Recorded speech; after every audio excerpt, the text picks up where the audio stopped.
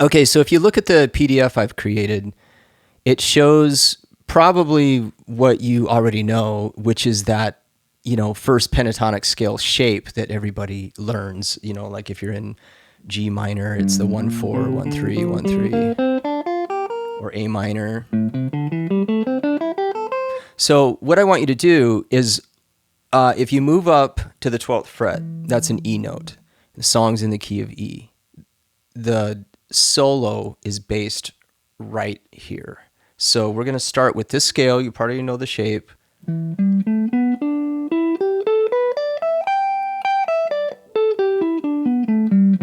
Okay, now I wrote out the intervals for you because that's going to be important for you to know later when we start talking about major and minor thirds. So if you take this shape, we have a root note, a flatted third, a fourth, a fifth, a flatted seventh. And then they just repeat: root, flat third, fourth, fifth, flatted seven, root, flat third. So that's the pentatonic scale. E, G, A, B, D. E, G, A, B, D, E, G. Now, what throws people off is when they don't have that first finger and they have to utilize open strings. That's really important on guitar because a lot of stuff is in, great guitar keys are E, G, D, A. You're going to be using these open strings. So if you take this first scale, and instead of our first finger being at the 12th fret, we play those notes open. So again,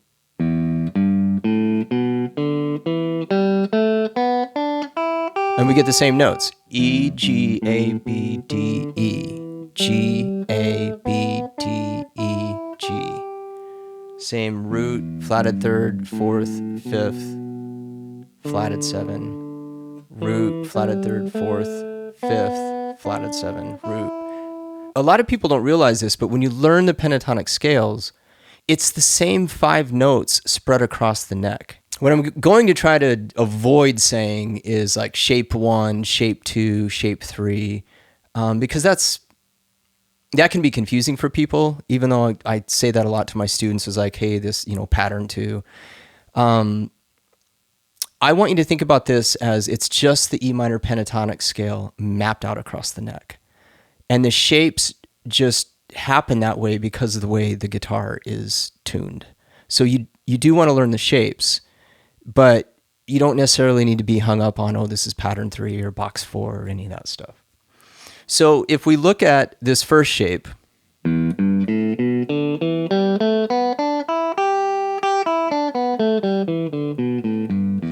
right? Now, if you look at the chord shapes that I've written out, we're not going to talk about all of the chord shapes, but I'm going to specifically address a couple in this lesson, in this song. So I've written out the chords to the song in a couple different places: the C, G, the D, and the A. But for right now, look at that E chord. Everybody knows this E chord. And if you look at how I've written out the diagram, it shows you these different places that you can play the E chord and different ways. Right? And if we take this and we move it up, and we've got this. This is essentially what the cage system is taking these open position chords, like there's your D chord shape, there's your A chord shape, your G chord shape. But what I want you to get out of this is, hey, I'm down here in the open position. I've got this E chord. On top of it is this E minor pentatonic. And what makes an E chord is that it has a major third. Now remember when we were talking about minor pentatonic, we talked about the minor third. So there's going to be a lot of interplay between a minor third and a major third. A minor third and a major third. Minor, you can bend it up, you can slide into it. So I don't want you to get overwhelmed by the theory. I just want you to realize that, oh, hey, there's something going on with the thirds. I think that's a thing. It is a thing. And it's something that you want to be aware of because those are the options you're going to have over these chords. So, E chord, E minor chord, E minor pentatonic, minor third to major third.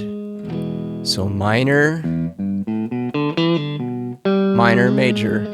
And you'll see that right away in the opening lick. So what I've done is, if you look at some of the exercises that I call like drill 1, drill 2 that I've tabbed out for you, I want you to get comfortable with seeing that shape, moving across the strings, working on alternate picking, going up and down the scale.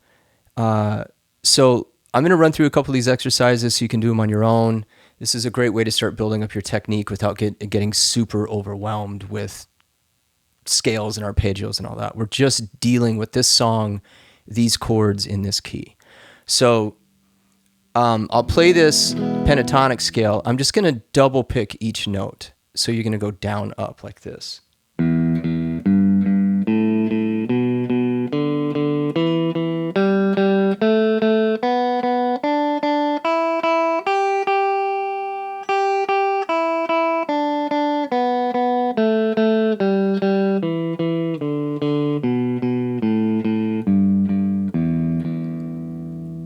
Now, you don't have to do this crazy fast. You want to push yourself, but you want to keep your technique consistent. A lot of people will try to just downpick everything. There's a time and a place for that if you're going for a certain sound. But work on this alternate picking. It's really going to serve you. So just kind of, you can pause the video, play along with me. I'm not going to turn on a metronome or anything. I'm just going to give you examples of this. So drill 1 would be...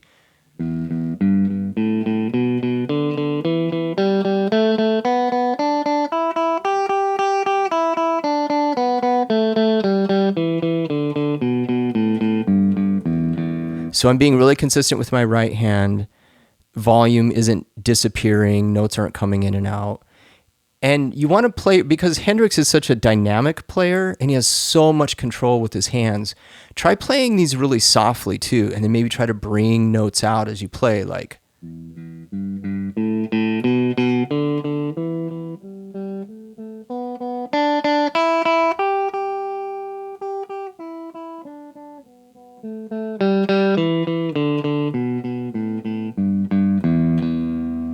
Starting to play around with your dynamics and your ability to control what your hands are doing right now is a really important part of your playing.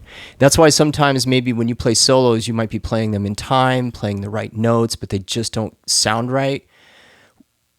I think it's more important to spend time early on phrasing, connecting the notes together, and dynamics, because the picking and the technique stuff will come with time the more you do it. But it is harder later to start paying attention to phrasing and dynamics. So you'll probably hear me say that a lot. Okay, so if you want to play a little faster...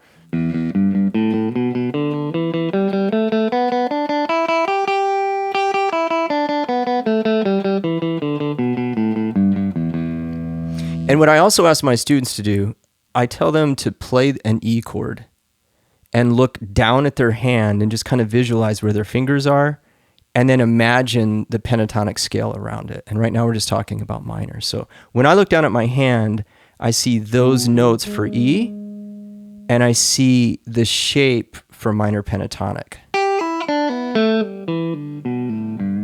See that kind of just stacked right on top of each other. So just kind of stare down at the neck, visualize the minor pentatonic scale as you're holding the E chord, see the pentatonic, see the chord, see the minor third and the major third. And the reason that I pointed those out on the diagrams, that's going to be really important, is being able to find those. So the next thing would be drill 2, where instead of double picking, we play through that scale alternate picking. We still have to pick down, up, but now instead of picking each note twice, we go down, up, down, up.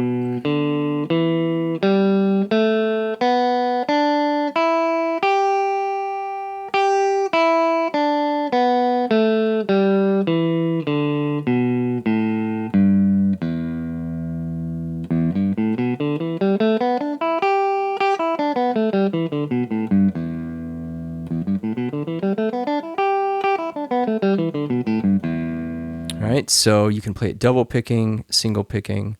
Now, if you look at what Hendrix does in this intro, and before we play through it with the backing track here, we're just going to take a look at, like, I didn't understand when I was learning this a long time ago, these moves.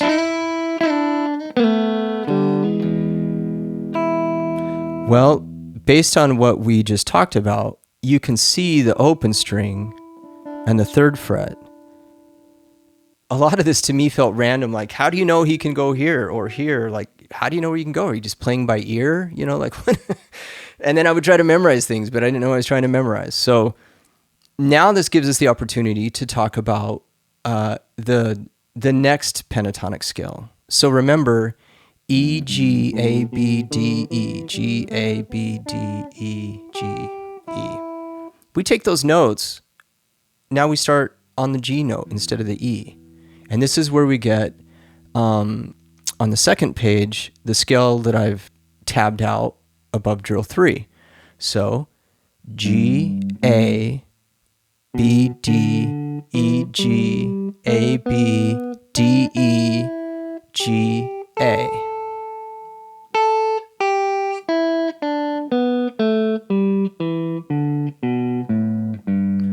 So you want to learn these two shapes, these two patterns, these boxes, whatever you want to call them, but know that in the bigger scheme of things, it's just E minor pentatonic mapped out across the neck.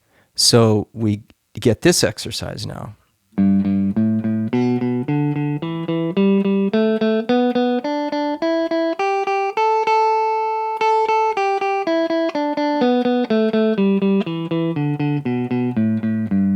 And if you're not a pinky player, that's okay. I just always have been, so I use my pinky a lot. But if you want to go 1, 3, 1, 3,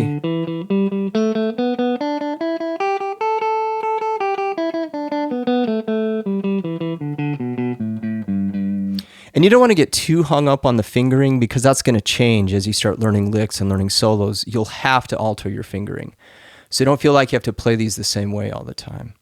Okay, now if we single pick it, we get this. And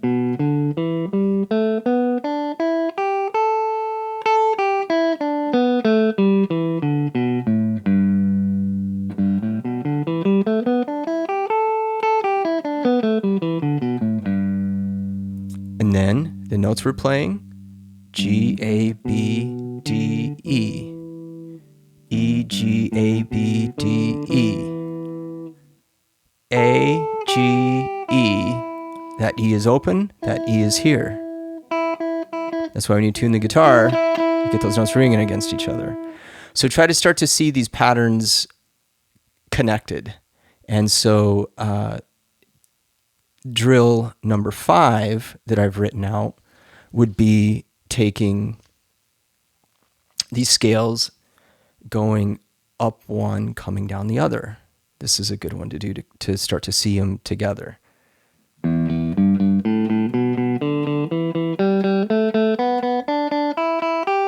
And then move up.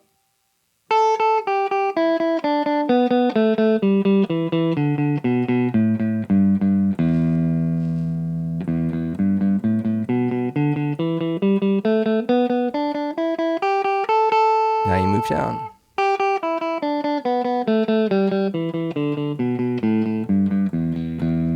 So I'll do that again. I'm going to go up, down, and then we reverse it. So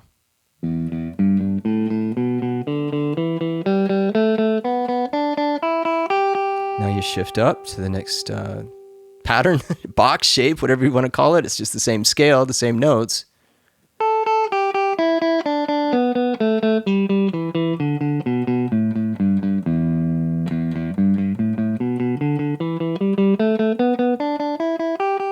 Now shift down.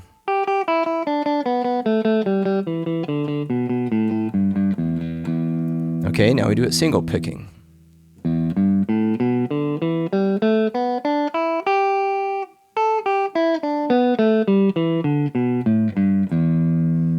The second part of drill 6 is this.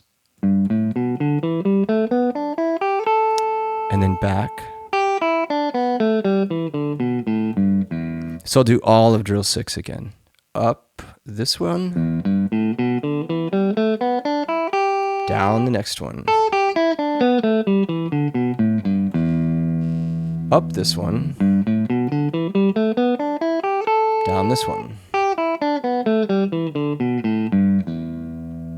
Okay, now I suggest that you take a minute, and the sooner you have these scales memorized, the better. But if you have to look at the diagrams I provided, that's okay. You want to start seeing how you can move between this open string, this fret, and this fret. Open.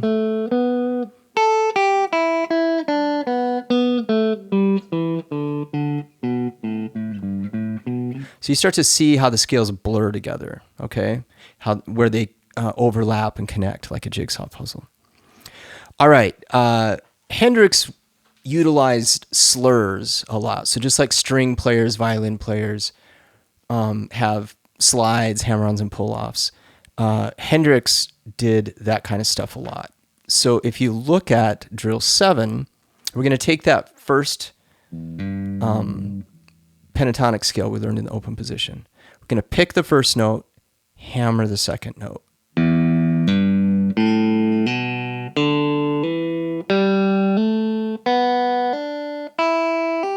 Okay, now the tricky part is always the pull-off.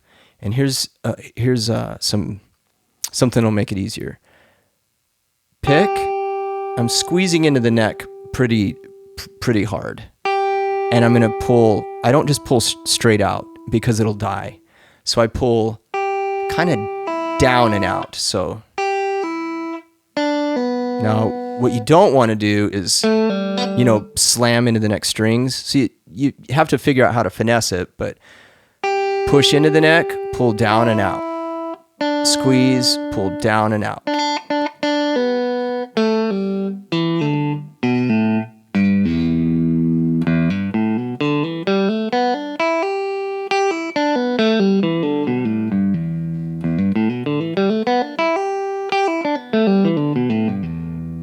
All right, and we'll do the same thing with the E minor pentatonic scale. Shift it up. So now we're right here. If you want to do 1-3, no pinky, whatever you want, that's fine. So it'll be pick, hammer, pick, hammer. Now we pull off. It's the same approach. Squeeze in, pull down and out.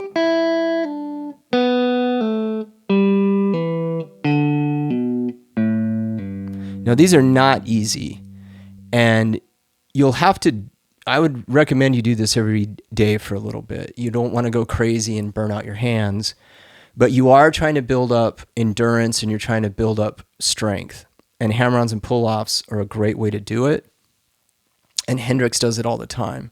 So what I tell people is a lot of this kind of stuff is just like doing a sport or anything else. It's a ton of repetition.